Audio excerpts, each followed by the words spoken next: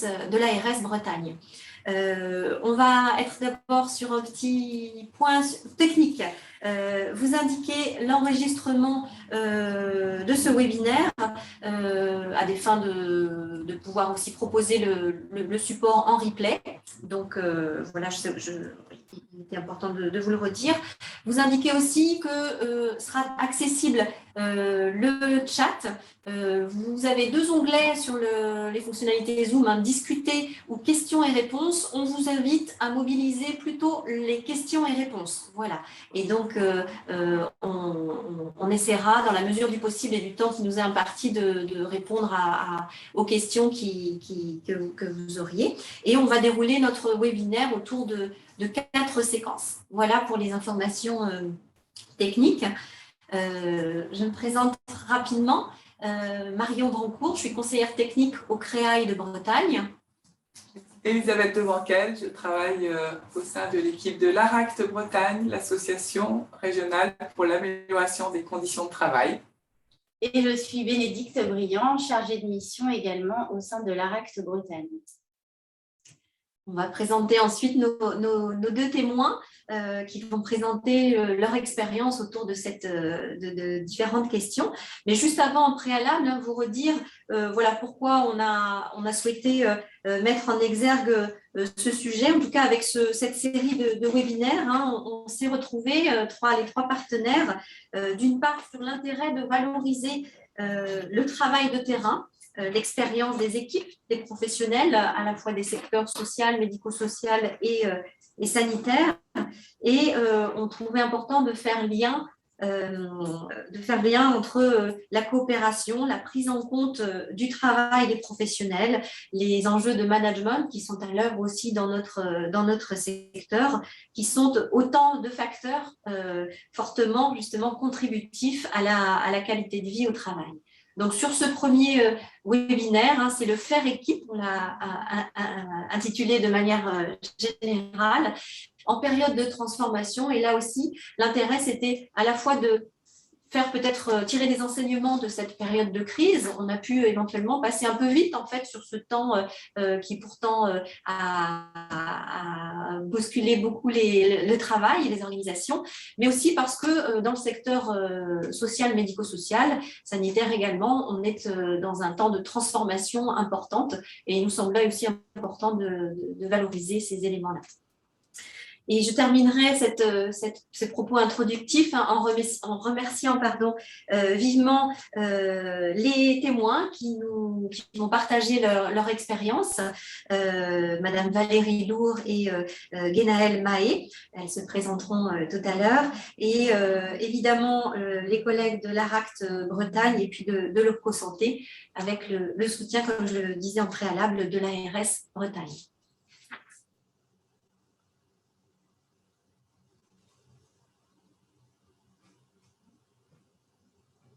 Donc, sur les intentions qui prévalent aussi à ce webinaire, hein, c'est de donner à voir comment la crise sanitaire a percuté les collectifs de travail, en valorisant notamment ce qui a pu être mis en place, mais aussi en témoignant des difficultés qui ont pu être rencontrées. Évidemment, valoriser les pratiques professionnelles, ça aussi c'est un enjeu, une intention forte, et puis donner à voir, et ce sera à l'organisation autour de 3 séquences, hein, justement ce que peuvent être des ingrédients pour faire équipe, et là encore sans le définir précisément. Donc le fil conducteur de nos 3 webinaires, ce sera bien cet enjeu de coopération, que ce soit en équipe, que ce soit en lien avec le management, l'encadrement, mais aussi le faire équipe avec les équipes à l'extérieur, la coordination qui est appelée aussi dans les politiques publiques de plus en plus.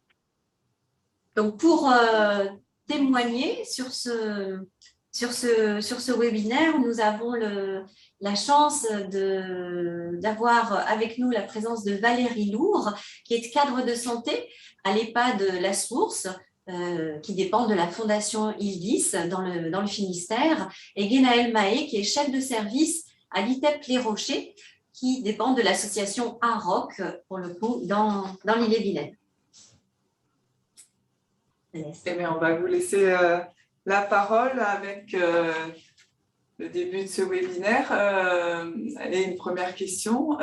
Bonjour à toutes les deux. Et première question pour Madame Mahé. Alors, on va vous laisser bien sûr vous présenter votre structure et puis nous dire peut-être dans la période de crise que nous avons vécue ces derniers mois, comment cette période a pu percuter le travail d'équipe finalement.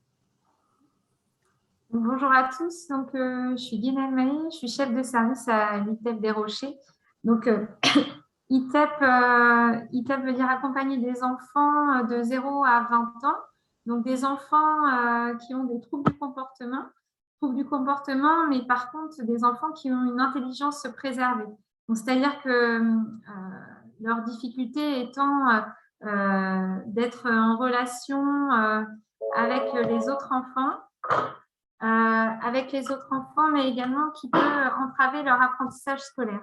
Donc, on les accueille à l'ITEP dans un cadre qui est celui d'un cadre éducatif, pédagogique et thérapeutique. Donc, moi, aujourd'hui, j'accueille 77 enfants de 0 à 20 ans avec 3 groupes de vie qui accueillent des enfants pour le coup de 6 à 9 ans, un autre groupe de 9 à 12 ans, un autre groupe de 12 et plus, et une dimension, on va dire, ambulatoire en prestation en milieu ordinaire. Voilà, excusez-moi, mon téléphone sonne, voilà, la réalité du chef de service, je vais le mettre en occupé. Donc, je vais revenir, pardon, excusez-moi. Ah non, je crois que je vais intervenir. Effectivement, sur les nombreux épisodes que nous voilà. envions, je laisse la parole.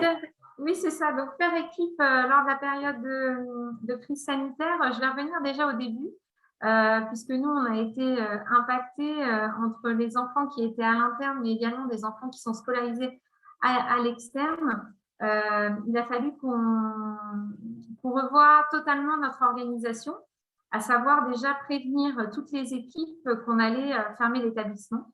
Donc, la priorité a été la communication pour nos équipes, c'est-à-dire déjà la direction allait dans chaque équipe expliquer notre fonctionnement, comment on allait interagir de jour en jour, puisqu'on avait des directives qui nous arrivaient, on va dire, chaque jour, mais parfois plusieurs fois dans la journée. Donc, le début a été vraiment à l'initiative du directeur et puis moi-même d'aller informer et surtout de répondre aux questions et à l'angoisse que pouvait générer cette future crise sanitaire, puisque au 12 mars 2020, on ne savait pas qu'on allait rentrer dans une crise sans précédent. Ce qu'on a pu faire, c'est de mettre en place une équipe pluridisciplinaire dès le lundi, quand l'établissement était fermé, avec le médecin, le psychologue institutionnel, un éducateur de chaque service et l'équipe de direction et un enseignant pour savoir comment on allait mettre en place, on allait articuler l'accompagnement des enfants, mais également l'accompagnement de nos équipes à leur domicile. Ce qui a abouti à une organisation justement de réunions. Moi déjà, j'ai appelé tous les professionnels pour leur demander s'ils avaient un outil informatique, comment ça se passe à leur domicile, s'ils pouvaient être en capacité de travailler, puisque chacun aussi avait sa vie personnelle. Donc ça, c'était notre préoccupation première, c'est-à-dire comment nos professionnels pouvaient être en mesure d'accompagner encore et de travailler dans cette période complexe. Ce qui m'a permis d'aboutir en fait à une organisation avec des réunions d'équipe en visio pour justement articuler et comment on allait co-construire ensemble l'accompagnement des enfants, mais à domicile ou à l'extérieur. Donc ça, ce qu'on a souhaité, c'est vraiment mettre en place sur les 15 premiers jours une organisation sans faille, c'est-à-dire prendre le temps avec les équipes de co-construire notre accompagnement à l'extérieur et au domicile des usagers, notamment des enfants. Ça a été une organisation conséquente avec de nombreux mails, de nombreux coups de téléphone, mais ça me permettait, moi, de vérifier aussi l'état de santé des professionnels. C'est ça aussi qui était important, c'est-à-dire dans la gestion de la crise sanitaire, il y a une dimension de management, il y a une grande dimension de communication, être soucieux de la qualité de vie au travail, et là, pour le coup, c'était au domicile. Donc, c'est-à-dire qu'on allait peut-être intruser leur vie personnelle, donc c'est-à-dire aussi mettre des heures. On avait dit de 9h à 17h, les gens pouvaient être au travail, ceux qui pouvaient être en télétravail, mais par contre, on n'intrusait pas par mail avant 9h ni après 17h. Il fallait aussi que chacun puisse garder un rythme de vie personnel dans ce cadre très complexe. Ce qui a permis de garder justement la communication aussi, c'est-à-dire que moi, chaque semaine, je faisais un point, un mail à l'ensemble des salariés pour parler de la vie institutionnelle, à savoir quels professionnels avaient rencontré des enfants à l'extérieur. Au niveau de l'association, on s'est rendu disponible pour intervenir dans des EHPAD, donc des professionnels de chez nous ont pu aller donner un coup de main dans des EHPAD donc à Saint-Hélier, et ça permettait justement de rendre de prendre un peu de vie dans cette période complexe, c'est-à-dire que les professionnels savaient que, on va dire, Virginie travaillait à l'EHPAD, et ben chaque professionnel pouvait envoyer un petit SMS pour être en soutien. Il fallait faire vivre encore cette dynamique institutionnelle au travers de mails, de coups de téléphone, de réunions, de régularité dans les échanges, tout en étant, on va dire, vigilant et soigneux, d'être en contact, je veux dire au niveau de la direction, avec nos salariés. J'ai pu m'apercevoir dans des réunions que des professionnels étaient beaucoup moins présents. On sentait qu'ils étaient moins dans l'investissement, alors que quand ils étaient dans les murs, il n'y avait aucun problème. Ça me donnait aussi des indicateurs sur l'état de santé, ce qui nous a permis justement en réunion de direction à mettre des outils en place, type la proposition de psychologues de l'association. On avait mis plusieurs psychologues de l'association que les professionnels pouvaient solliciter s'ils se sentaient isolés. Ça permettait justement d'éviter à ce que ce soit le lien direct avec son supérieur hiérarchique, mais par contre d'offrir une possibilité à ce que les gens ne se sentent pas isolés, que ce soit au travail, mais aussi dans leur vie personnelle, parce qu'en fait, la frontière était tellement ténue qu'il fallait qu'on soit vraiment vigilant à ces deux espaces-là, pro et perso. Cette période a amené justement, après le confinement, à ce qu'on réouvre et qu'on accompagne les enfants. Et là, on a justement accueilli les professionnels dans un premier temps pour reconstruire les groupes, recréer une dynamique, et on les a accueillis par petits temps. Donc, il y a eu vraiment l'infirmière, parce qu'on n'a pas de médecin pédopsychiatre dans les murs, qui a joué un rôle essentiel puisqu'elle a été vraiment là pour être dans la prévention. Les professionnels aussi ont fait des supports pédagogiques, notamment via une vidéo pour expliquer ce que c'était le coronavirus, on l'appelait comme ça. Le coronavirus, pour expliquer pourquoi on mettait aussi des masques, qui a amené en fait des outils pédagogiques pour que ça se passe au mieux pour les enfants. Et c'est assez hallucinant puisque dans cette période-là, on n'a eu aucune crise classique d'enfants. Ils ont été vraiment soucieux de respecter le cadre, alors qu'on pensait que ça allait générer et majorer des crises importantes chez les enfants.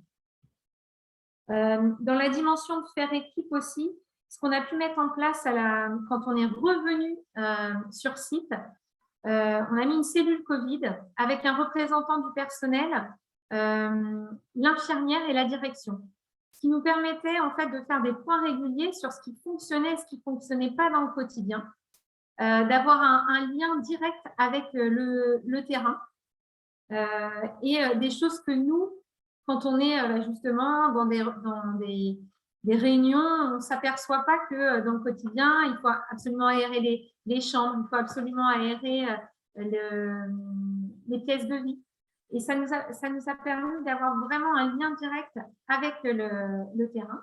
On a pu mettre en place après un conseil de vie institutionnel. Ça nous a permis en fait cette crise de prendre de la hauteur et de s'apercevoir qu'il fallait encore plus qu'on communique avec les salariés, encore plus qu'on construise avec eux. Et à la suite justement de cette crise et on a pu mettre en place ce conseil de vie institutionnel avec un représentant de chaque équipe, un représentant du pied thérapeutique et un représentant du pied pédagogique. Et cette instance qui a lieu 3 fois dans l'année, on perdure, ça permet justement de traiter de questions institutionnelles et que chacun puisse y prendre part. Donc, Alors, oui, excusez-moi. Madame Maë, je me permets de vous couper. Peut-être on pourrait évoquer effectivement ce conseil d'avis institutionnel dans ce qui perdure et donc comment aujourd'hui vous trouvez des appuis à votre volonté de maintenir ou développer le faire équipe. On entend que vous avez Ça coupe.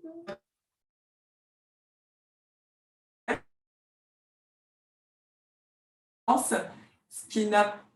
J'imagine que l'expérience de Madame Lourd à l'EHPAD de la Source a pu être différente parce que vous, le travail ne s'est pas réorganisé à distance, mais dans les murs de l'EHPAD. Est-ce que vous pouvez, là aussi, présenter peut-être votre établissement, l'établissement dans lequel vous travaillez, et quelques éléments d'expérience à partager avec nous sur, dans la période que nous venons de vivre, ou les périodes plutôt, comment tous les événements vécus ont pu percuter le faire équipe. Est-ce que vous... Alors, je ne suis... Oui, merci pour le son. Oui, bonjour. Donc, je suis Valérie Lourd, donc cadre de santé à la résidence de la Source et pour le manoir de Kéraudrin. Donc, en effet, la Fondation Ildis, c'est 3 pôles d'activité. Alors, pourquoi je vous présente cela? Parce que forcément, sur notre gestion du Covid, ça va avoir un impact assez important puisqu'il y a eu beaucoup de solidarité entre les pôles, ce qui nous a permis aussi de pouvoir mettre en place beaucoup de choses et d'être très réactifs. Donc, en effet, un pôle plutôt sanitaire, un pôle médico-social et un pôle social. Donc, nous avons 4 EHPAD au sein de notre fondation, donc la Source Kéraudrin et la Nouchaine Saint-Jacques qui se trouvent donc à Landivisio. Nous avons aussi dans le médico-social un service pour personnes en situation de handicap, le CESAD et SAMSA. Et ce sont des services qui nous sont aussi accompagnés et donné beaucoup de soutien lors de cette pandémie. Donc, c'est vrai que vous pourrez revoir en fait ces slides par la suite. Donc, c'est vrai que je ne vais pas m'éterniser sur la présentation en détail de la Fondation. Donc, pour répondre à la question, comment la période de crise a-t-elle percuté le travail d'équipe? En fait, à différents niveaux. Au niveau du management, en fait, la Fondation Ildis a très rapidement, donc dès le 4 mars 2020, mis en place une cellule de crise qui se tenait 2 fois par jour au début de la pandémie, ce qui nous permettait d'être très réactifs et de pouvoir communiquer auprès de nos équipes de façon très rapide, parce qu'en effet, comme le disait Madame Maë, on avait beaucoup de consignes et beaucoup de changements de consignes, même plusieurs fois par jour. Donc, il fallait que nos équipes soient en effet rapidement tenues au courant. La mise en place des visios, en fait, ce n'était pas un outil de travail que l'on utilisait énormément avant cette pandémie. Et c'est vrai que ça s'est plutôt étendu. Les échanges quotidiens, on a la chance d'avoir un conseil de vie sociale au sein de nos établissements. Chaque établissement a son conseil de vie sociale. Donc, la communication avec ce président du conseil de vie sociale était aussi essentielle pour le tenir au courant de la vie de l'établissement. L'activation des plans blancs, plans bleus a été du coup aussi réalisée. Au niveau management, ce qui me venait en premier quand je voulais répondre à cette question, c'était vraiment la charge psychologique au niveau des équipes, déjà personnelle, parce que on ne connaissait pas qu'était ce virus. Donc, il y avait un stress important. Il y a eu des arrêts de travail en lien avec ce traumatisme, la peur déjà sur des équipes en EHPAD bienveillantes envers les résidents, peur d'amener le virus et de contaminer les résidents, peur aussi pour eux, pour leur famille. Donc, il y avait vraiment un traumatisme. C'est vrai que les changements de consignes et les changements d'organisation qui étaient aussi très récurrentes amenaient aussi des incertitudes, une instabilité auprès des équipes. Donc, la mise en place par la Fondation de psychologues qui étaient chez elles et qui pouvaient être jointes à tout moment était vraiment d'un gros soutien. Elles ont été très sollicitées par les salariés, par les équipes. La Fondation a mis aussi en avant de quoi régler l'organisation personnelle, les besoins en garde d'enfants. C'était vraiment très important aussi parce qu'en effet, les enfants n'ayant pas d'école ni de garderie, il fallait trouver une solution. Donc, c'est aussi mettre les gens en disponibilité pour pouvoir garder leurs enfants et qu'ils s'organisent avec leurs conjoints. Donc ça a été aussi très important pour les équipes, qu'elles puissent, en effet, la qualité de vie au travail, en effet, l'équilibre entre la vie personnelle et professionnelle est essentiel pour bien se sentir dans sa vie et pouvoir compter aussi sur son employeur pour trouver des solutions de garde d'enfants était donc vraiment essentiel. Au niveau de la qualité, donc, il y avait le service qualité gérait tout ce qui était gestion documentaire et veille sanitaire.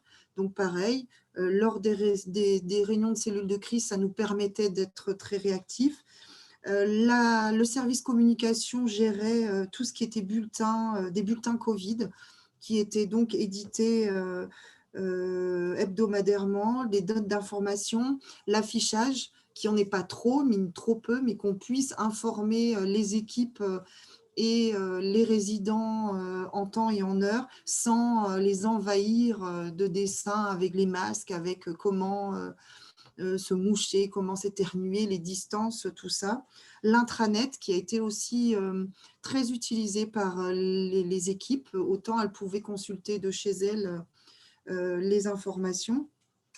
Les résidents, durant cette crise, c'est vrai qu'on les a privés de liberté puisqu'ils ont été enfermés dans leur chambre.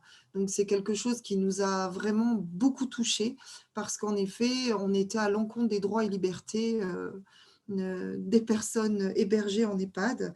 Le fait que les bénévoles n'interviennent plus, puis plus de visites de famille, les libéraux ont arrêté d'intervenir aussi, les activités collectives, l'organisation des repas en chambre, tout ça évidemment a eu un impact très très fort, non seulement sur les résidents, mais évidemment, puisque c'est notre sujet, sur le travail d'équipe. Donc là, la solidarité au niveau de notre fondation a été essentielle. Des services sont fermés. Et donc, nous avons du personnel du CESA, du SAMSA, donc il y a 21 personnes qui ont été détachées et qui sont venues dans les EHPAD. Donc, on a, d'un point de vue échange, ça a été très riche puisqu'on a découvert, nous, des nouveaux métiers qui sont venus renforcer nos équipes actuelles. Les équipes se sont adaptées, en effet. On a refait nos fiches de tâches, nos fiches de poste pour pouvoir retravailler sur l'organisationnel. Et ça nous a aussi permis une amélioration au niveau de l'hygiène, parce qu'il fallait du coup travailler sur les distanciations, la désinfection. Au départ, c'était très, très pointu. Les consultations télémédecine se sont développées, ce qu'on ne faisait pas autant peut-être qu'à certains endroits, mais du coup, ça a permis ça. Donc, les équipes ont aussi dû s'adapter au fait de faire rentrer les médecins par visio, par vidéo dans nos locaux. La gestion évidemment de tous les stocks pharmacie, les masques, les tabliers, le port du masque n'a pas été en fait uniformisé tout de suite, puisque à partir du 5 mars, nous avions d'abord fait porter le masque à des profils fragilisés et puis pour tout le monde dès le 26 mars. Mais ça a été aussi pour les équipes quelque chose de difficile de devoir se masquer et d'autant plus pour la communication avec les résidents, sachant que nos personnes sont malentendantes, malvoyantes, avec au niveau des sens vraiment beaucoup de difficultés. Donc, très difficile de communiquer avec les résidents, déjà enfermés dans leur chambre et nous enfermés dans nos masques et nos tenues. Donc, pour les équipes aussi, c'était compliqué. Évidemment, on avait quelques masques transparents, mais ce n'était pas la majorité.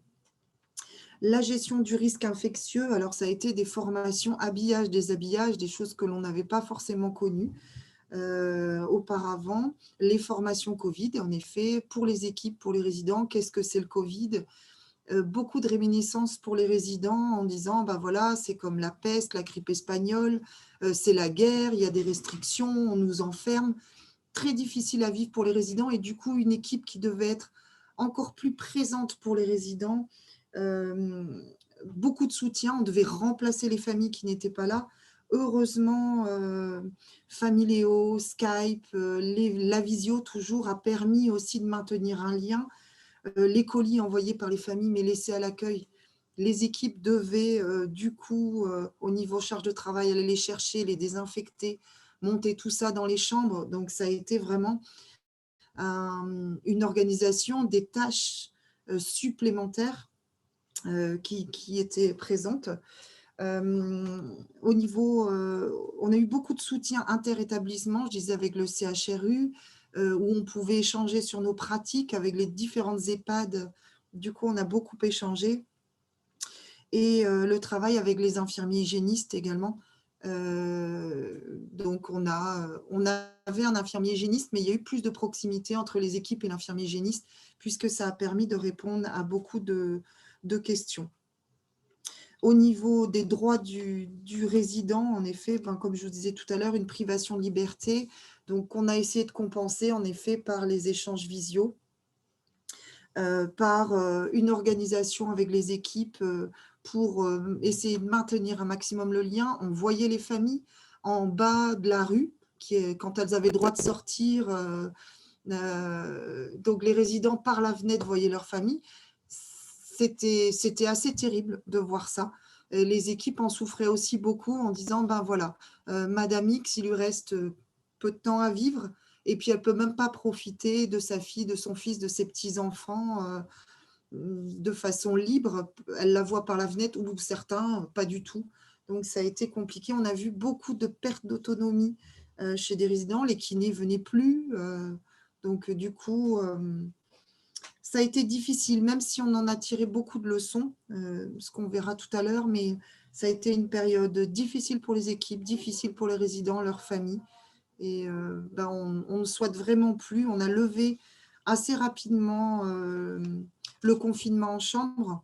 On a essayé de lever rapidement aussi l'interdiction de visite, avec les visites dans le jardin autorisées sous un barnum, un circuit, entrée, sortie, enfin voilà, tout ça, ça s'est mis en place, c'était laborieux, mais les équipes ont mis tellement de cœur à l'ouvrage et d'envie de faire plaisir aux résidents que du coup, ça s'est fait sans aucune entrave de la part des équipes. Elles ont été vraiment exceptionnelles et d'autant plus qu'on a de la chance de ne pas avoir eu de cas Covid dans nos EHPAD. Donc, elles étaient d'autant plus valorisées en disant « on a réussi ». Voilà. Même si ce n'est pas un échec d'avoir un cas Covid, ça peut arriver, mais voilà. Ouais. On entend de votre expérience, notamment sur les éléments que vous venez d'indiquer, c'est que les équipes se sont centrées et mobilisées pour faire au mieux. Donc, finalement, peut-être, probablement, vous nous dites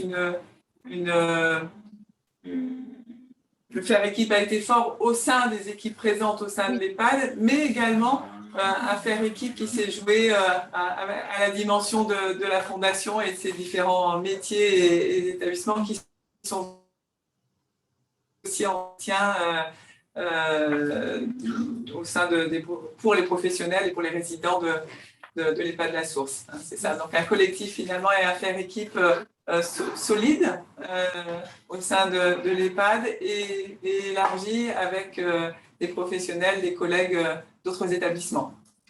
Voilà, et même au niveau du territoire, puisque ça a été, voilà, ça s'est étendu vraiment. On a beaucoup échangé avec les autres EHPAD aussi. Oui. D'accord, ok. Merci beaucoup déjà pour ces deux témoignages là, qui donnent à voir déjà de manière opérationnelle aussi, et justement en situation de crise, et on va aussi voir comment cet essai aussi a pu être transformé d'une certaine façon, a pu transformer le travail. En vous questionnant justement quels sont selon vous les points d'appui, ingrédients qui ont pu se mettre en place. Alors, vous l'avez en filigrane de vos interventions déjà un peu évoqué, mais voilà, ce qui a pu faire équipe, quels sont pour vous les points d'appui qui ont pu faire ressortir le travail d'équipe, et inversement, quels ont été, alors peut-être que plutôt que point faible, on évoquerait plutôt les difficultés que vous avez pu rencontrer.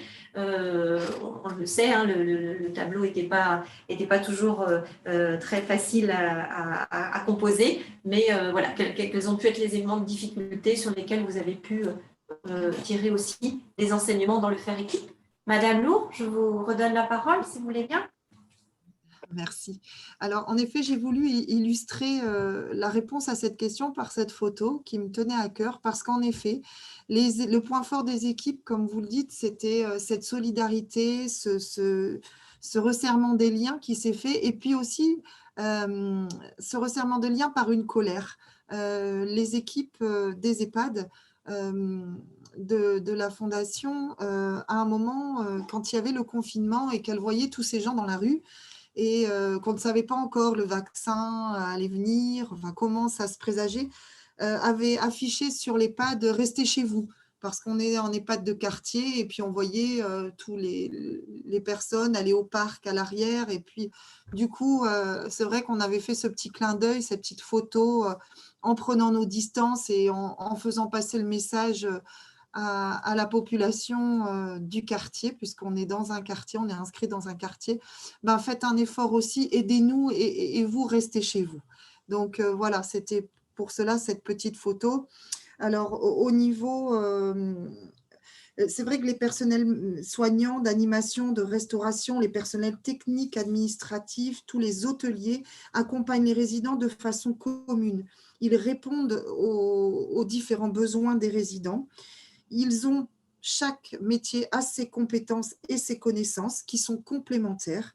L'équipe le fait en effet d'un fonctionnement vraiment collectif, et durant cette période, cet état s'est encore plus révélé.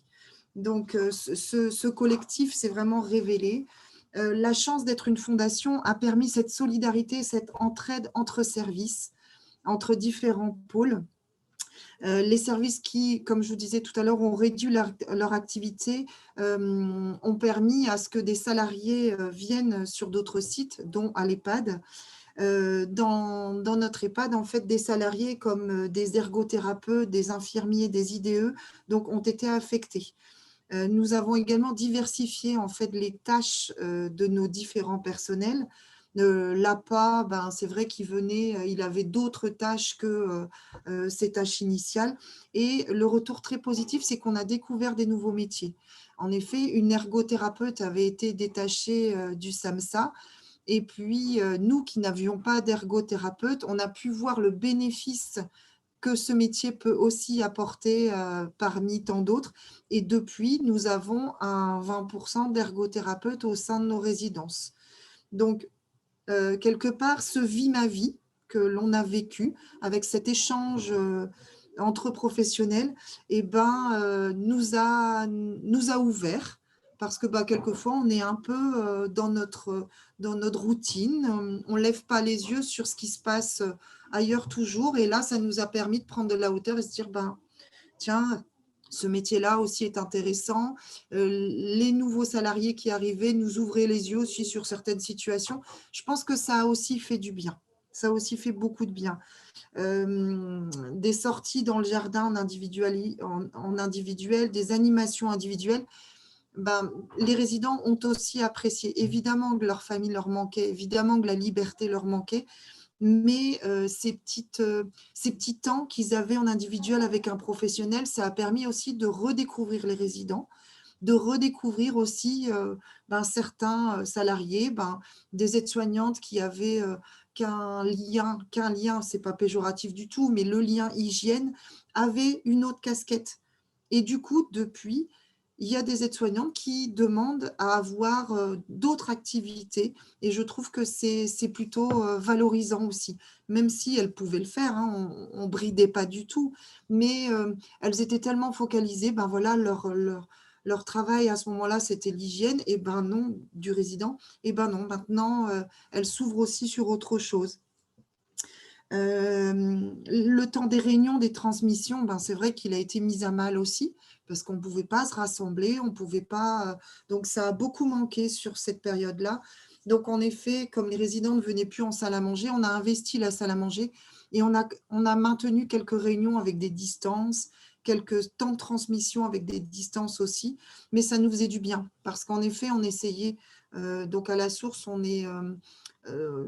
Les équipes sont sur 3 étages, donc évidemment, en cas de cas contact, on essaie de ne pas mélanger les équipes, mais à ces moments-là, à distance, on pouvait quand même se voir un petit peu, échanger sur nos ressentis, nos difficultés, et puis faire avancer aussi nos projets personnalisés des résidents.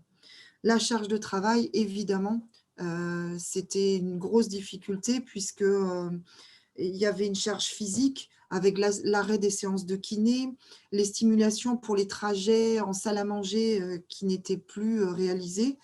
Donc, la perte physique des résidents a été très significative. Donc, évidemment, les soignants et le personnel d'animation avaient une charge physique qui était beaucoup plus importante. La charge environnementale, les repas en chambre, alors qu'on est dans une salle à manger commune, évidemment que du coup, il y avait plus de travail pour aller distribuer chaque repas. Ce n'était pas aussi convivial qu'en salle à manger, donc forcément, c'était difficile aussi. La charge psychologique et des résidents très tendus par la situation. Alors, je disais ça, BFM Télé en boucle dans les chambres, mais c'est ça. Et ils avaient toujours des informations négatives. Donc, l'atteinte psychologique des résidents et l'atteinte psychologique des salariés était très néfaste dans cette période-là. Le fait qu'il n'y ait pas de visite, comme je vous ai dit, la réminiscence de précédentes épidémies, évidemment beaucoup de plaintes des résidents, mais aussi beaucoup de reconnaissance. J'ai en tête 2 résidentes qui avaient fait un petit mot sur leur porte, collé sur leur porte à l'extérieur. Merci au personnel de prendre soin de nous. Ben, ça faisait du bien. Les aides-soignantes, les infirmières avaient besoin de ces petits mots-là aussi. On avait aussi mis en place des arcs-en-ciel qu'on distribuait régulièrement et les résidents y mettaient des petits mots. Ceux qui ne pouvaient pas écrire ou ceux qui étaient peu communicants, on venait avec eux, il y avait des petits mots sur les arcs-en-ciel qu'on a accrochés un peu partout dans l'établissement. Et c'est vrai que quand tout le monde est ressorti des chambres, ça faisait du bien de lire ça. On a mis aussi en place un cahier qui fait du bien, où on a mis tous les petits mots, on avait des scolaires qui venaient, des enfants qui venaient mettre des mots dans la boîte aux lettres. Tout ça a été mis dans le cahier qui fait du bien et c'était vraiment une bouffée d'oxygène pour les équipes, en fait. Et puis, le point négatif, mais aussi positif, parce que moi, je tire mon chapeau aux équipes de cette capacité à s'adapter à chaque changement d'annonce gouvernementale. On disait, ben voilà, c'est les équipes de la santé qui vont d'abord être touchées par ces changements et elles étaient en capacité et on s'est découvert, je pense, tous une capacité à s'adapter que je pense qu'on ne savait même pas qu'elle existait en nous et vraiment, je tire mon chapeau aux équipes. Et puis, cette psychologue, ces psychologues qui étaient toujours présents, toujours joignables pour les équipes, ça a vraiment été aussi un moment où les équipes pouvaient décompresser et puis échanger et puis lâcher un peu ce qu'elles avaient à lâcher. Voilà pour moi. Bien. On constate quelques questions, on va les garder pour le temps d'après la réponse de Madame Mahé. Et peut-être, Madame Mahé, justement, sur cette même question, hein, des points d'appui, des ingrédients qui font le faire équipe et au contraire peut-être des difficultés. Voilà, les ITEP comme un certain nombre de structures, hein, on est dans une évolution, on parle de transformation l'offre dans le secteur, l'évolution de paradigme, de la place vers le recentrage sur les besoins des personnes et notamment ce qu'on appelle les mises en dispositif. Donc ça aussi, c'est un cadre de transformation. Justement, au regard de votre expérience, est-ce que vous pouvez nous donner là aussi à voir ce qu'ont pu être justement des points d'appui ou des points de difficulté dans ce contexte? Est-ce que vous m'entendez parce que ça coupe pour moi? C'est bon, on vous voit, on vous entend. D'accord. Donc effectivement, le faire équipe lors de cette période, ça a été faire équipe aussi avec les bénéficiaires, notamment les usagers et les familles. Nous, on a mis en place des équipes. Donc le coordonnateur de projet de l'enfant, il appelait chaque semaine l'enfant. L'enseignant de l'enfant appelait chaque semaine également l'enfant et sa famille, ainsi que le thérapeute du groupe. Donc, ça permettait d'avoir vraiment une équipe pluridisciplinaire auprès de l'enfant, au regard des besoins et en fonction de la famille, puisque si les parents pouvaient dire non, là, il est bien occupé, il n'y a pas de problème, on faisait juste un appel hebdomadaire pour garder le lien et à ce que la famille ne soit pas isolée. Donc ça a été vraiment aussi précurseur d'une dynamique, on va dire, une dynamique apprenante, adaptative en fonction des besoins des parents, mais également des enfants. Et c'était faire équipe avec l'équipe pluridisciplinaire, mais l'enfant et sa famille. Et ça, c'était précieux puisque on pouvait souvent avoir des parents qui étaient très loin de l'accompagnement de l'ITEP. En gros, il est pris en charge et puis les parents viennent 1 ou 2 fois dans l'année.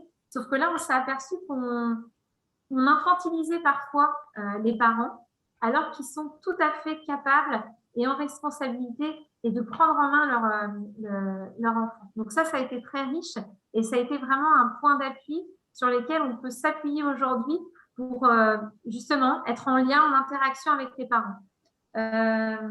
Le faire équipe, moi je mettrais déjà faire équipe, l'équipe pluridisciplinaire, mais aussi l'équipe de cadre. C'est faire équipe, mais c'est pas être à côté, c'est avec eux. Et ça a été très riche, c'est-à-dire que à chaque fois, on a fait les choses ensemble, on a co-construit ensemble. L'idée étant de ne pas faire, de ne pas imposer des choses descendantes, mais bien de co-construire sur notamment l'accompagnement des usagers et l'accompagnement des familles. Et ça a été un point qui est ressorti lors de réunions institutionnelles où les professionnels se sont sentis considérés par rapport à leurs paroles. C'est-à-dire que c'est vraiment important qu'on puisse entendre ce qu'ils ont à dire, et notamment par les cellules Covid ou le conseil de vie institutionnel, sur des petits détails qui nous paraissent anodins de notre strate on va dire, de directeur ou de chef de service. Dans le quotidien, c'est précieux. Et ces espaces-là permettent justement d'endiguer on va dire, des clivages parfois qui n'ont pas lieu d'être et d'aller vraiment au cœur, qu'est-ce qui se passe, notamment par exemple, nous, ce qui a été compliqué, c'est-à-dire que l'association s'est posée en disant pendant les vacances, il va y avoir une veille estivale, donc ça veut dire que des professionnels vont travailler. Or, depuis les années 60, le 10 juillet, c'est fermé jusqu'en août. Vous imaginez même pas les professionnels, c'est-à-dire qu'on change leur confort, change leur façon de voir les choses, c'est-à-dire que quand ils travaillent, ils sont à fond, mais là, on leur demande encore plus. Dans une période qui a été compliquée. Donc, on a eu des levées de boucliers, mais à juste titre, puisque on levait aussi des façons de faire, c'est-à-dire que déjà, ils étaient au quotidien avec les enfants, on leur demandait encore plus. Dans une période de crise sanitaire qui était complexe, et ça, via le conseil de vie institutionnel, on a co-construit avec eux, on leur a expliqué. Pour moi, vraiment, il y a une pyramide qui est essentielle, et notamment quand vous parliez de la mise en dispositif, nous, on est impacté par la mise en dispositif depuis 2017 via le décret de la mise en dispositif des ITEP. Ce qui nous a permis de le faire sans trop de difficultés et sans résistance des professionnels, c'est qu'on a pris le temps. C'est qu'on a été vraiment dans une phase d'information. Qu'est-ce que c'est la transformation de l'offre médico-sociale? Comment on la met en place? Comment on peut mettre du sens dans les pratiques de chacun? Donc ça prend du temps. Il y a vraiment une dimension de timing C'est ensuite, après avoir l'information donnée par la direction, c'est la compréhension. Donc, avoir une phase aussi de questions et de réponses des professionnels, comment on va la mettre en place, et une phase par la suite de contribution et d'adhésion. C'est-à-dire qu'on a vraiment mis en place un temps avant la rentrée de comment on va mettre en place le dispositif, comment on peut répondre aux besoins des usagers qui sont différents et comment on peut réussir à faire de la transversalité avec un éducateur qui est que sur l'extérieur et un professionnel qui travaille qu'à l'internat. Eh bien, pour exemple, c'est-à-dire qu'on s'est vraiment recentré sur le projet personnalisé de l'enfant en se disant un enfant qui est à l'extérieur, mais qui a besoin vraiment d'un temps, par exemple, d'activité physique et sportive, cet enfant-là, il peut être accueilli à l'intérieur et dans nos murs. Donc, ça nous permet vraiment de croiser les regards, d'avoir un psychologue de la PMO, mais un psychologue aussi de l'interne qui échange, des professionnels qui sont sur 2 strates différents, c'est-à-dire un à l'extérieur et un à l'interne, qui travaillent ensemble. Et pour moi, ça, c'est vraiment la mise en commun et le début. Et là, on est vraiment dans la deuxième phase de la mise en place du dispositif et de la transformation de l'offre, c'est-à-dire qu'on répond totalement aux besoins des usagers.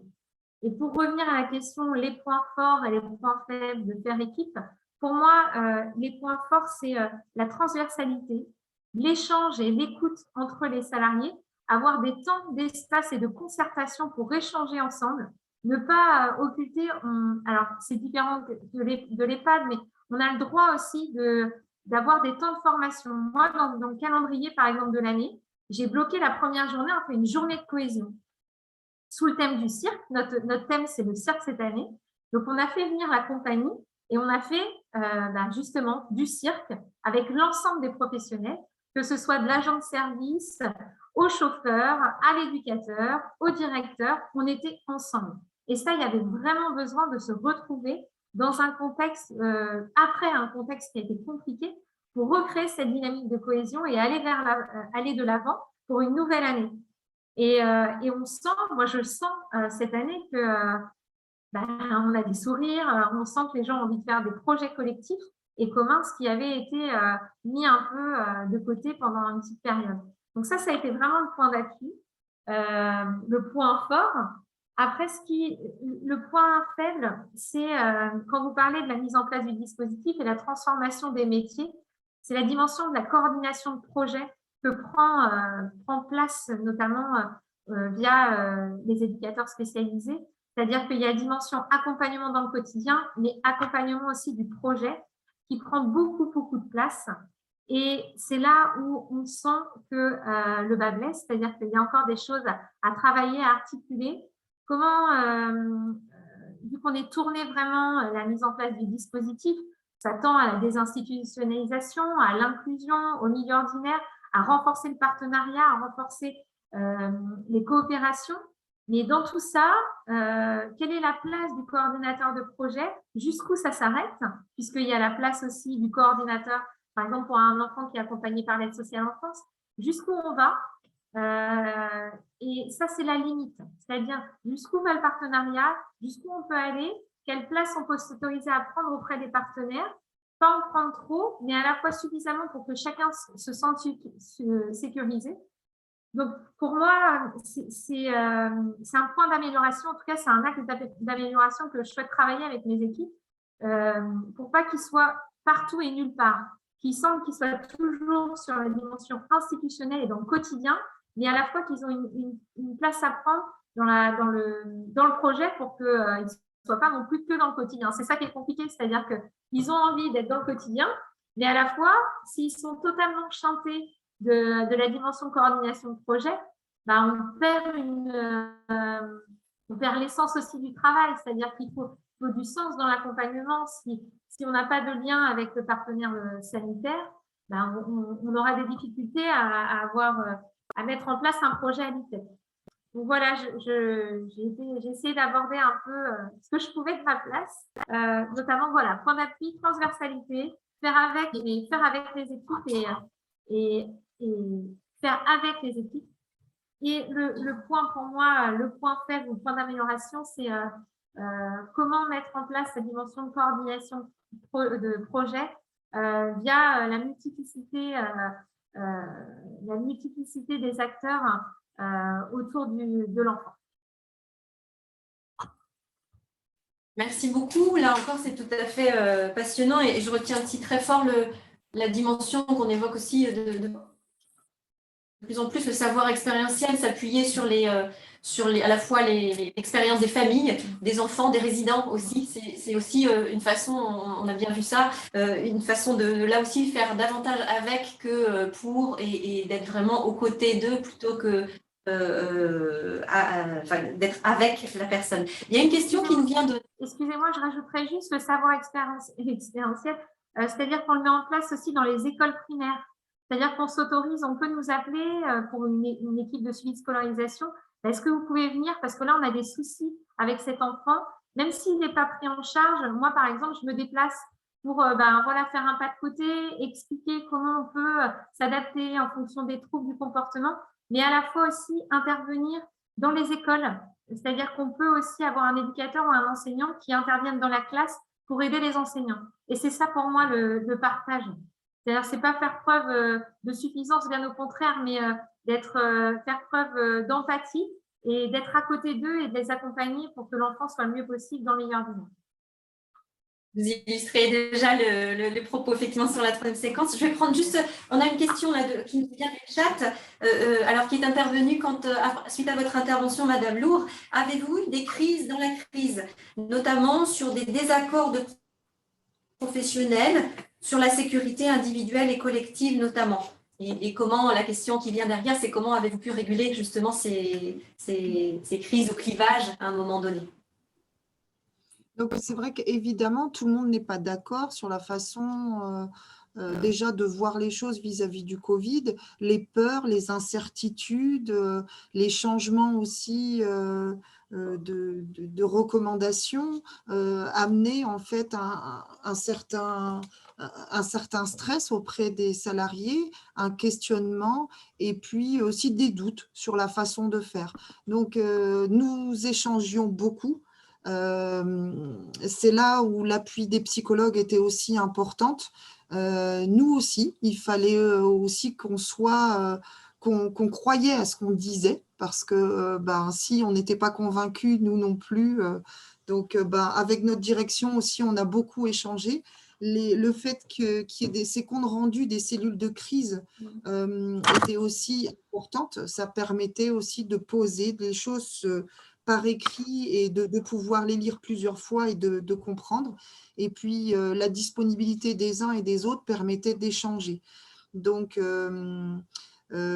j'ai encore en tête l'intervention d'un aide-soignant qui me dit « mais non, c'est n'importe quoi, il ne faut pas porter les masques, ça ne sert à rien, moi je ne veux pas, et pourquoi ?» Enfin voilà, donc il a fallu aussi lui donner en fait, donner du sens à ce que l'on faisait, pas faire les choses n'importe comment, pas dans la précipitation non plus.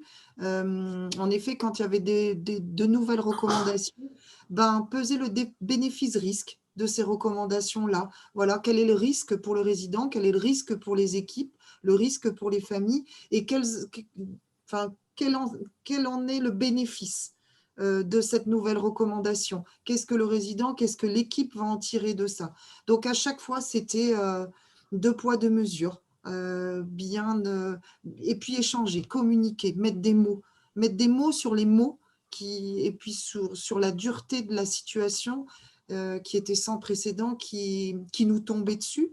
On parlait des plans blancs, plans bleus, mais les plans blancs, plans bleus n'avaient pas forcément des solutions par rapport à cette situation-là. Donc, c'était aussi adapter, s'adapter, s'organiser et échanger. Beaucoup, enfin, vraiment, la communication a été vraiment là essentielle.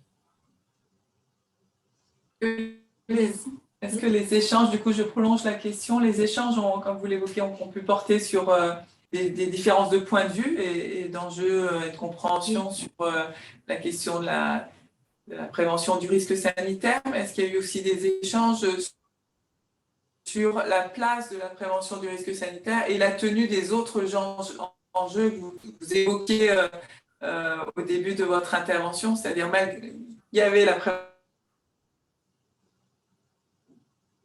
à Ça coupe. accompagner les résidents. J'ai pas entendu le début de la Vous nous question. entendez moins bien, peut-être? Non, ça coupe. Ouais, ça coupe beaucoup. Ouais. Bon. Si vous m'entendez pas, vous m'entendez? Non? Là, oui, Difficilement? mais ça a coupé. Bon, difficilement. Donc, Ouais. je poserai la question un petit peu plus tard. C'est pas grave. D'accord, excusez-moi. OK. Du coup, on va profiter. Non, ça n'est pas vous, c'est notre connexion Internet qui semble avoir quelques défaillances de temps en temps. Donc, merci pour vos éléments. La nécessité d'échanger sur effectivement le questionnement ou les difficultés vécues dans la compréhension du risque sanitaire et peut-être aussi dans les autres enjeux. Se préserver du risque sanitaire, mais continuer aussi à pouvoir accompagner au mieux les résidents dans leurs besoins de santé ou leurs besoins d'accompagnement individuel et collectif. On va profiter de la présence et on va excuser Madame Mahé qui va devoir nous quitter. Est-ce que vous avez encore 5 minutes ou pas, Madame Mahé, pour... ça va être compliqué. Ok. Donc en tout cas, on a noté que dans les transformations que vous vivez, dans les dispositifs que vous devez mettre en place, en transversalité et en collectif, avec d'autres acteurs en dehors de l'établissement et peut-être au sein de l'établissement avec des métiers aussi qui se transforment et qui continuent. Si vous nous entendez, on va vous dire un grand merci. Et puis, bien sûr, on vous excuse, vous aviez un autre engagement qui fait que vous devez nous quitter un peu plus tôt. Mais par contre, si des gens souhaitent voilà, prendre contact par mail ou autre sur la mise en place voilà, du dispositif, savoir comment on a fonctionné, il n'y a aucun problème. Je suis désolée, j'ai un impératif, mais il n'y a pas de problème. Je suis disponible s'il y en a qui souhaitent en échanger. Merci beaucoup. Merci beaucoup, Madame. Merci. Au revoir. Merci. Au revoir. Merci. Et du coup, alors, Madame Lourd, on va vous laisser de nouveau nous faire part de votre expérience sur, voilà, avec ce que vous avez mis en place, ce que vous avez vécu collectivement, les points d'appui que vous nous avez évoqués et peut-être aussi les points de difficulté. Pour aujourd'hui et pour demain, pour le travail qui se transforme, qu'imaginez-vous, sur quoi vous pensez pouvoir vous appuyer pour développer de nouvelles coopérations au sein de vos équipes et sur votre territoire, et peut-être aussi, comme vous nous l'avez évoqué, au sein de la Fondation ILDIS et des autres établissements, et pas que les EHPAD avec qui vous travaillez, bien sûr, j'imagine déjà. Donc, je pense qu'en effet, j'ai voulu illustrer aussi le travail d'équipe de demain par les petits dessins arc-en-ciel dont je vous ai parlé tout à l'heure, où une résidente qui m'a donné l'autorisation de mettre son nom nous avait fait en nous parlant d'espoir, que la vie reprenne tout en musique et tous ensemble. En fait, je trouve que ça illustrait bien ce que l'on souhaite pour l'équipe de demain. C'est en effet ce tous ensemble, cet échange de compétences, cet échange cette mutualisation d'activités pour accompagner au mieux nos résidents demain, aujourd'hui et demain. Le plus important pour nous, c'était de ne pas s'isoler. En effet, à plusieurs, on est plus fort et le fait de pouvoir échanger sur nos pratiques peut aussi nous conforter, mais comme je le disais auparavant, nous ouvrir un peu les yeux aussi sur ce qui se fait ailleurs et puis mutualiser nos idées et ce qui peut être fait ailleurs, promouvoir la qualité de vie au travail aujourd'hui et demain. Je pense que c'est essentiel que nos équipes, au vu des enjeux actuellement, de la recherche de reconnaissance et financière et morale que nos différents métiers dans le milieu de la santé ont besoin, il est important qu'il y ait une qualité de vie au travail qui soit essentielle. En effet, tout n'est pas rose, hein, c'est pas facile de mettre en place en effet ces moments de cohésion. Moi, en EHPAD, c'est impossible à l'heure actuelle que je puisse le mettre en place. Tout ça parce que déjà, on a du mal à recruter dans nos EHPAD. Ça, c'est une réalité. Trouver des aides-soignants, des infirmiers, des agents, un kiné, un médecin coordonnateur, c'est compliqué, c'est difficile. Nos EHPAD sont pas assez attractifs encore, je pense. On voit que dans les actualités, on parle souvent des EHPAD de façon quand même négative. On parle de nous quand il y a des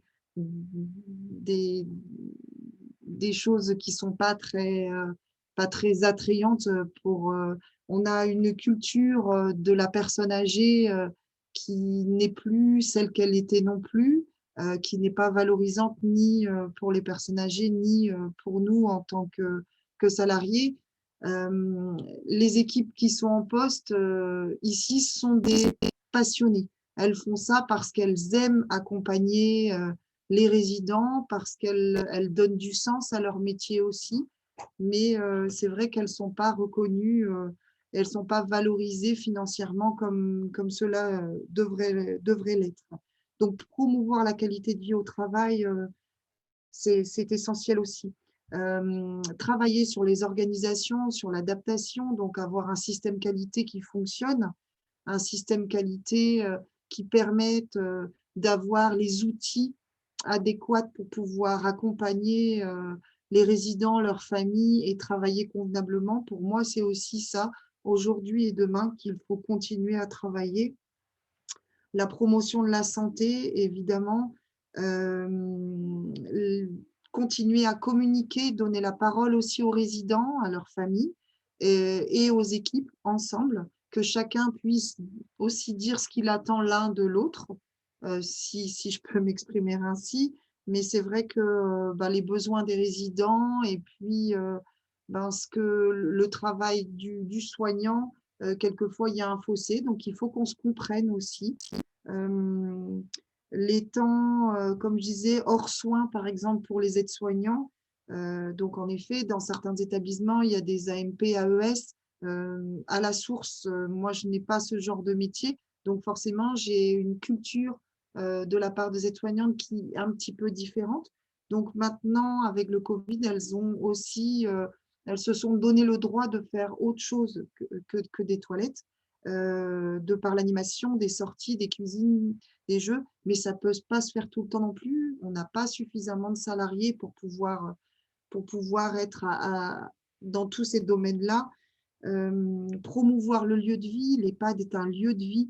La moyenne de séjour est autour de 3,5 années, mais ça veut dire qu'on a des résidents qui passent 10-15 ans de leur vie. Donc, voilà, c'est une nouvelle vie quand ils quittent leur maison, même si c'est difficile, ce n'est pas forcément ce qu'ils ont choisi, ce n'est pas ce qu'ils auraient voulu forcément, ils auraient sûrement voulu rester chez eux, mais à un moment, ce n'est plus possible parce qu'ils sont en danger. Donc, du coup, ils viennent dans un établissement aussi, à nous de leur faire aussi vivre des bons moments. La notion aussi de référence qui prend tout son sens, notamment au niveau, pendant cette période-là d'isolement, de confinement. En fait, une aide-soignante ou deux qui sont référentes d'un résident, le résident, il pouvait aussi faire ses demandes, échanger avec sa référente. Donc, c'était aussi une notion qui était importante à ce moment-là. Et du coup, je pense que les équipes ont compris que cette notion de référence était aussi importante pour les résidents et pour elles. Le travail en équipe sur la rédaction des projets personnalisés, c'est vrai que les projets personnalisés, ils sont faits depuis des années de façon informelle. C'est une obligation que de les formaliser, mais quelquefois, c'était difficile de faire comprendre aux équipes pourquoi je vais réécrire quelque chose alors que j'ai déjà noté ça dans les transmissions, qu'on fait des plans de soins, voilà. Donc, c'était aussi de donner du sens à ce projet personnalisé. Et là, le fait de les avoir travaillés pendant le Covid a permis aussi de comprendre à quoi ils servaient et de s'en servir dans l'accompagnement au quotidien. fédérer, travailler encore plus ensemble. Ça a eu aussi, enfin, ça a donné tout son sens pendant cette période-là. Il a fallu se serrer les coudes quand une équipe n'allait pas bien. Il fallait aussi les soutenir, puis c'était une autre, donc se soutenir et le travailler ensemble, le faire équipe, là prenait tout son sens. Comme j'ai travaillé là avec Marion sur le projet d'établissement, c'est vrai que là, du coup, on a fait venir les équipes et je pense qu'en effet, si on donne pas, si on demande pas l'avis aux équipes, si on ne les adhère pas aux gros projets pour notre part des EHPAD, ça ne fonctionnera pas parce qu'ils ne vont pas se l'approprier. Donc, le fait de donner des projets aux équipes et de faire vivre l'EHPAD, de faire entrer aussi les résidents dans ces projets-là, au sein du conseil de vie sociale, au sein des commissions menues, au sein de toutes ces commissions-là, ça permet aussi de donner tout son sens au lieu de vie. Et enfin, je pense que cette pandémie nous a permis aussi vraiment de créer ce lieu de vie. Moi, ma plus grande fierté, c'est aussi à un moment où un résident me dit tiens, est-ce que vous pouvez venir dans ma maison, en parlant de sa chambre. Ils ont leur clé de leur chambre, mais voilà, on se dit voilà, ils ont investi les lieux quand ils commencent justement à décorer eux-mêmes, et non pas que ce soit leur famille qui décore leur chambre. On voit aussi qu'ils investissent. Après, chaque résident est libre. Celui qui ne veut pas le faire ne le fait pas. Mais c'est vrai que même pour l'équipe, c'est toujours agréable que de découvrir le résident au travers de son univers. Donc, du coup, voilà, tout ça fait que pour moi, le travail d'équipe, c'est vraiment fédérer, promouvoir, être ensemble demain, échanger et puis travailler ensemble sur les projets à venir. Et puis que chacun donne ses idées. On ne pourra pas tout faire, faut pas se leurrer non plus. En effet, on n'a pas, je voyais une question tout à l'heure par rapport au budget, oui, on n'a pas des budgets extensibles. Quelquefois, on a presque rien, mais quelquefois, avec du presque rien, on peut aussi en faire beaucoup. Donc, on fédère, on met beaucoup, en effet, d'énergie, de dynamisme, d'envie. On prend du plaisir à accompagner les résidents chaque jour. Tous les jours, c'est pas facile. On n'est pas toujours d'accord, mais peu importe. On avance aussi comme ça avec ces différents points de vue. Voilà. Alors, c'est vrai, Madame Lourd, vous illustrez vraiment de manière très intéressante qu'est-ce qui peut contribuer à faire équipe, et vous avez évoqué les temps d'échange nécessaires de discussion. Il y a effectivement une question qui a été posée dans le chat sur comment, alors je ne sais pas si vous avez la réponse ou si nous l'avons collectivement, comment sont financés ces temps de cohésion, de transversalité, sans d'accompagnement direct des résidents, mais peut-être que la transversalité et la cohésion peut se travailler et peut se construire aussi au contact des résidents. Il me semble que vous apportez alors peut-être pas sur le financement, faire que ces temps de cohésion soient vraiment considérés et financés comme des temps productifs, on pourrait dire ça comme ça, au service de l'accompagnement. Vous avez apporté, me semble-t-il, des éléments de réponse sur à quel moment, dans le comment, à quel moment, à quelle occasion, à l'occasion de l'élaboration du projet d'établissement, à l'occasion du projet personnalisé de chaque résident, et peut-être d'autres occasions. Mais voilà, j'ouvre la question sur quel financement ou quelle modalité pour effectivement permettre ces temps de cohésion et de construction du faire équipe. Alors, c'est vrai que pour les temps de réunion, les temps de réunion où je peux travailler sur les synthèses de projets personnalisés, j'avais déjà, quand j'ai construit les plannings il y a une dizaine d'années, intégré ces temps de réunion dans les plannings de base des salariés et dans leur temps de travail. Parce que c'est vrai que quelquefois, ça nous arrive aussi de faire des réunions hors temps de travail et quelquefois, on a du mal à mobiliser. Parce que il est 14 heures, je suis là depuis 7 heures et j'ai envie d'aller m'occuper de ma famille aussi et de ne plus penser au travail, ce qu'on peut tout à fait entendre. Après, il y a des moments où il y a aussi les moments off, hein, où avec les équipes, on peut se retrouver hors temps de travail. C'est pas compté dans le temps de travail. On va parler d'autres choses aussi que du travail, mais ça permet de fédérer. J'ai une action en tête qui était le moment aussi où l'enseignant APA nous a fait travailler sur les échauffements au travail. En fait, on a intégré à la place d'une réunion d'équipe, on a intégré ces moments d'échauffement au travail et je vois que certaines salariées dans les vestiaires, elles prennent 2-3 minutes pour s'échauffer avant le temps de travail. Il y a aussi des temps de pause qui ne sont pas forcément formalisés sur les plannings, mais je pense que moi, en tant que manager, il est important de laisser aussi ces temps de pause aux salariés parce que dans ces temps de pause, c'est là aussi où ce n'est pas forcément des pauses parce qu'elles vont parler boulot et où des situations vont aussi se dénouer.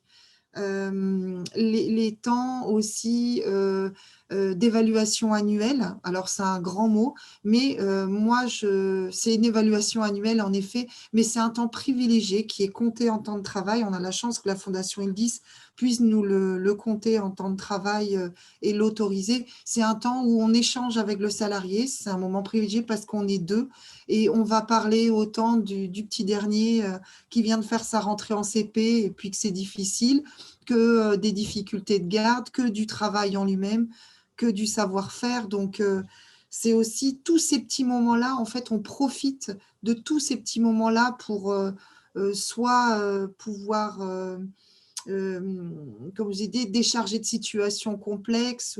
Et puis, pour moi, c'est important en tant que cadre de proximité d'avoir la porte de mon bureau toujours ouverte.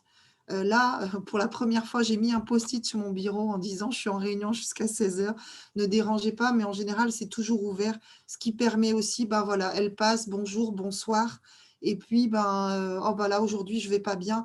Donc, tous ces petits moments-là, et en effet, cette dynamique, je pense que je réponds du coup à la question suivante. Avez-vous réussi à maintenir cette dynamique au-delà du plus fort de la crise ? Oui, je pense qu'elle y est, même s'il y a des moments d'essoufflement, il y a des moments où on voit tout le monde est fatigué. Là, juste avant les vacances d'été, ça a été compliqué. Plus d'équipes aussi qui étaient tourmentées. Comment on va passer l'été? Est-ce qu'on va être confiné? Ces questions-là revenaient encore. Le Ségur de la santé a beaucoup fait parler aussi. Donc, du coup, c'était beaucoup de tourments pour les équipes. Mais on arrive en communiquant les temps formels et beaucoup de temps informels. C'est vrai que, voilà, et qui ne sont pas budgétés, mais les temps informels sont essentiels. Sont essentiels. Merci beaucoup pour ces éléments d'expérience et qui sont effectivement... qui donnent des repères et qui sont transférables probablement, qui donneront envie à d'autres participants. Ouais. Marion, je vais te laisser la parole et puis à ma collègue. Oui, juste rebondir sur la dimension que vous avez évoquée aussi, Madame Lourd, de la dimension coût-bénéfice. Finalement, je crois aussi que le faire équipe est justement à un moment donné peut-être privilégier un temps à l'équipe pour après un retour plus positif aussi dans la qualité de l'accompagnement, qualité de vie au travail, qualité de vie des personnes qui sont accompagnées. C'est aussi un rôle essentiel que vous avez et donc en prenant le pouls du terrain, vous avez cette intuition, je pense aussi, de faire ces calculs qui sont très importants justement pour le travail.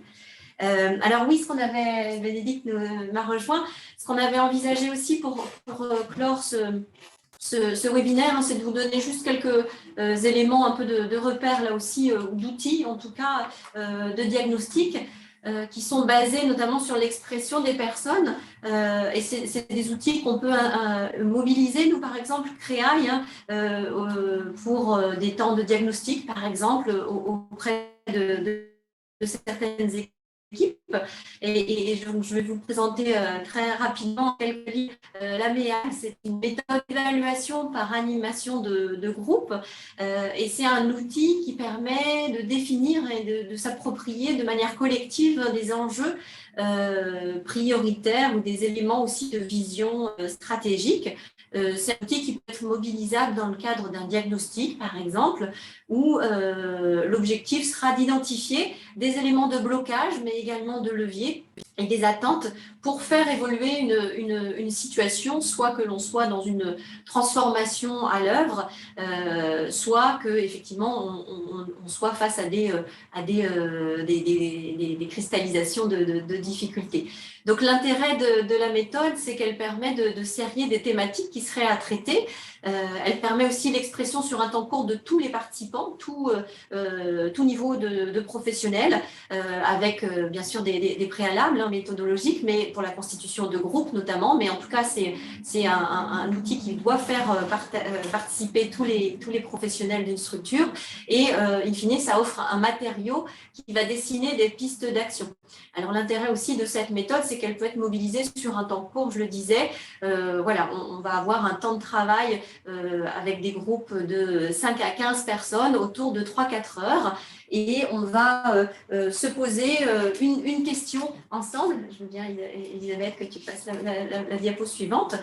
Donc, pour préciser un petit peu la méthode, il s'agit pour les intervenants, alors ça demande à ce qu'il y ait un animateur extérieur, de poser une ou deux questions à l'ensemble du groupe. Et chacun va disposer de petits papiers sur lesquels il va s'exprimer en réponse à la question posée. Et en fait, on va organiser trois tours de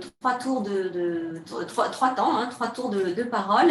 Un premier tour où ce sera celui de l'écriture. Donc, chacun individuellement va renseigner un certain nombre de post-it, de papiers sur la base d'une question qui sera posée au groupe. Le second, donc là, chacun s'exprime de manière individuelle. Un second tour de table qui permet à chacun de lire ce qu'il a écrit. On est là dans une phase d'écoute pour le groupe. Le reste du groupe prenant note des éléments sur lesquels il voudrait revenir dans l'étape suivante qui engage le débat. Donc là aussi, ça permet justement à chacun d'identifier ce qui fait consensus finalement et de ne faire ressortir que les éléments qui seraient à mettre au débat ou sur lesquels on souhaiterait insister. Et enfin, le troisième tour qui permet justement de mettre en débat les éléments qui ne feraient pas consensus. Et donc, on va, avec cette méthode, consolider des points de vue et ne débattre finalement que ce qui va faire distinction. Donc, c'est une méthode qui est assez intéressante et une illustration. Alors là, c'est une question qui est un peu complexe, en tout cas qui a plusieurs volets, qui pourraient être scindés en plusieurs questions. Mais par exemple, pour accompagner les changements à l'œuvre, soit en interne, soit en externe, qu'est-ce qui, selon vous, serait à conserver, renforcer, modifier ou inventer au niveau des moyens humains et des pratiques professionnelles?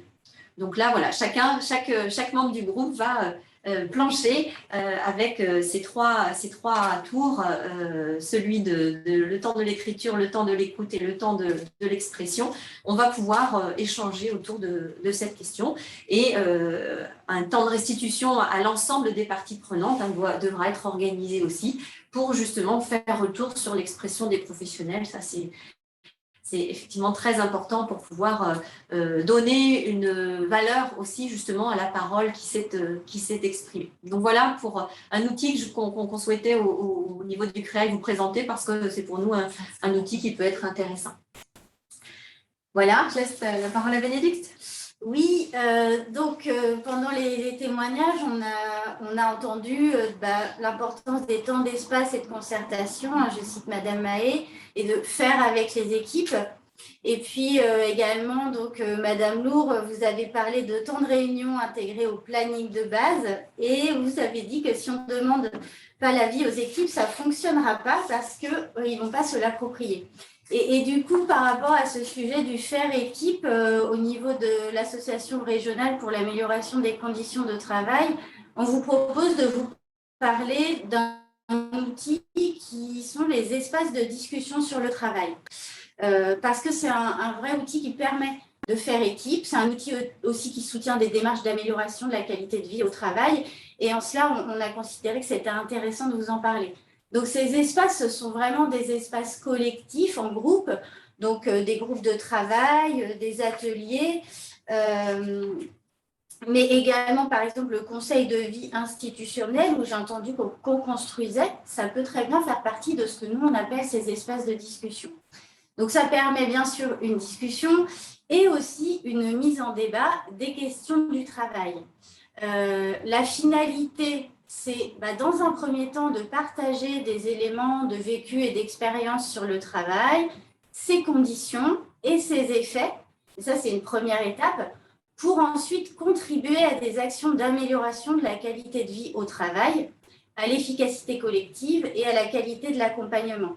Donc, ce qui est important là, c'est que c'est une logique de se tourner vers l'action, de faire évoluer le travail et les conditions de travail. On a bien un objectif de progrès derrière. Aussi, Madame Lourd, vous en avez parlé, c'est important, ces espaces-là sont inscrits dans l'organisation du travail puisqu'il faut les rendre accessibles aux professionnels qui vont participer. Et en cela aussi, ce qui va être produit dans ces temps-là doit s'articuler avec ce qui est dit, produit, décidé, par exemple au comité de direction ou avec les instances, les institutions représentatives du personnel. Et c'est aussi ce lien-là qui sera à construire quand on met en place de tels espaces.